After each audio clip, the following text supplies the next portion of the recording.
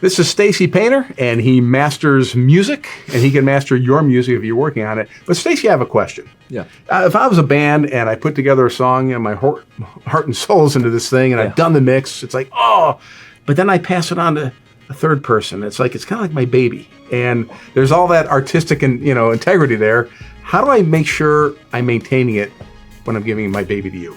Yeah, there's a lot of trust that you have to earn with people that are giving you that kind of stuff. So, what I do is I set up, Zoom meetings with them, the band themselves, or whoever it is, the artist that maybe it's just one person. And, we talk about stuff, about what you want, what you want to hear, Again, reference tracks, they give me reference tracks. I like this sound, I like the way that this vocal sounds or whatever. But it is a lot of it is a lot of trust they give you because this is people's babies. Sure. And, is it a lot of back and forth? Like, do you take what they give you and then do it, and then come back and say, what do you think? And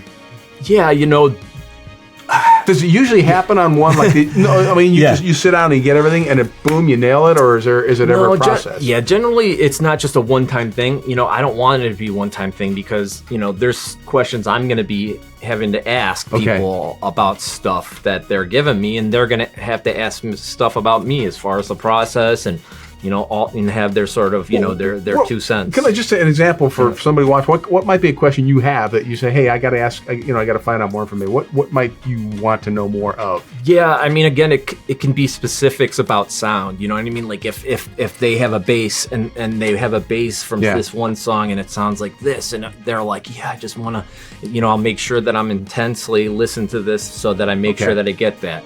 I mean, you're not going to be able to, recreate everything, the frequencies and the, from one song to theirs, but you can essentially go to the main things that that you can work with, and you go from there. Do you kind of start with the big things that they talk about, that they make sure, and then the others can fall in? Yeah. Essentially, you want to try to get as much information as you can, but again, you don't want to keep calling each other back and forth. Sure. It's you just meet in the middle. But do you kind of become like the fifth Beatle a little bit?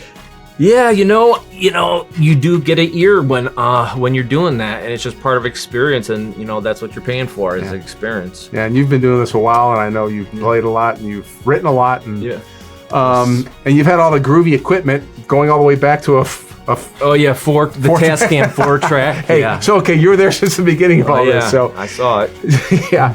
So Stacy Painter, mastering.com, that's your website. Yes. Check it out and give Stacy a call and get him involved and take your song all the way to number one on the hit chart.